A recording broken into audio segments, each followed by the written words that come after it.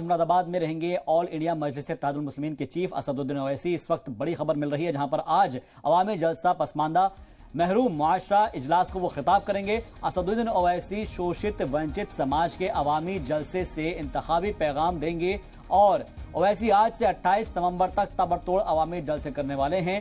इन जलसों में ओवैसी के निशाने पर भारतीय जनता पार्टी रहती है हमेशा और आगे भी ये कहा जा रहा है कि वो बीजेपी को निशाने पर लेंगे। तो आज मुरादाबाद में रहेंगे AIMIM के चीफ असदुद्दीन ओवैसी और आज असदुद्दीन ओवैसी का अवामी जलसा भी है जिसमें पसमानदा महरूम मुआशरा इजलास को वो खिताब करेंगे। शोषित वंचित समाज के अवामी जलसे से इंतखाबी पैगाम देंगे ओवैसी। आज से 28 नवंबर तक ताबड़तोड़ अवामी जलसे करने जा रहे हैं जिसमें बीजेपी को तनकीद का निशाना बनाया जाएगा। तो आज मुरादाबाद में असदुद्दीन ओवैसी का अवामी जलसा होने जा रहा है। ये देखना अहम होगा कि वो किस तरीके से अपनी बात को रखेंगे।